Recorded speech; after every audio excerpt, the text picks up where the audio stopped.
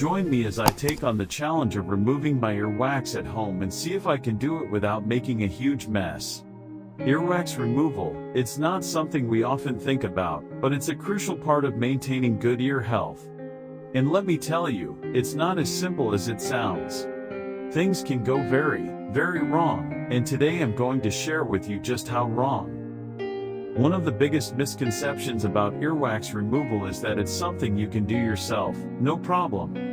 But trust me, it's not that easy. Not only can you push the wax further into your ear, causing more harm than good, but you can also scratch your ear canal or even puncture your eardrum. And don't even get me started on the potential for infections. It's not just about using cotton swabs, folks. There are so many risks involved, from damaging your hearing to causing permanent damage to your ear canal. And let's not forget the embarrassment factor. I mean, who wants to be that person who has to visit their doctor with a cotton swab stuck in their ear? Not me, that's for sure. And if you think it's just a simple mistake, think again. The consequences can be severe, long-lasting, and even irreversible.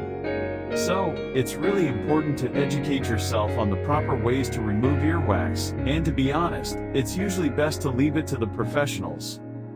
You're probably wondering, okay, what's the worst that could happen? Well, let me tell you a story. A friend of mine, we'll call her Sarah, decided to take matters into her own hands and try to remove her earwax at home. She used a cotton swab, and after a few minutes of digging, she felt a sharp pain in her ear. Turns out, she had punctured her eardrum. The worst part?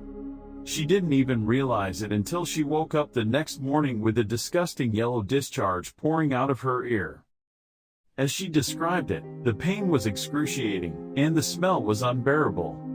And to make matters worse, the doctor had to perform a procedure to drain out the infection, which left her ear canal feeling sensitive for weeks. It was a nightmare, and all because of a simple mistake. But here's the kicker. Sarah didn't even realize she had a problem until it was too late. The earwax had been building up for months, causing her to experience hearing loss and itchiness in her ear. And because she didn't take the time to properly clean her ears, it led to a more serious issue. So, the moral of the story is that earwax removal is not something to be taken lightly. It's not just about cleaning your ears, it's about taking care of your overall ear health.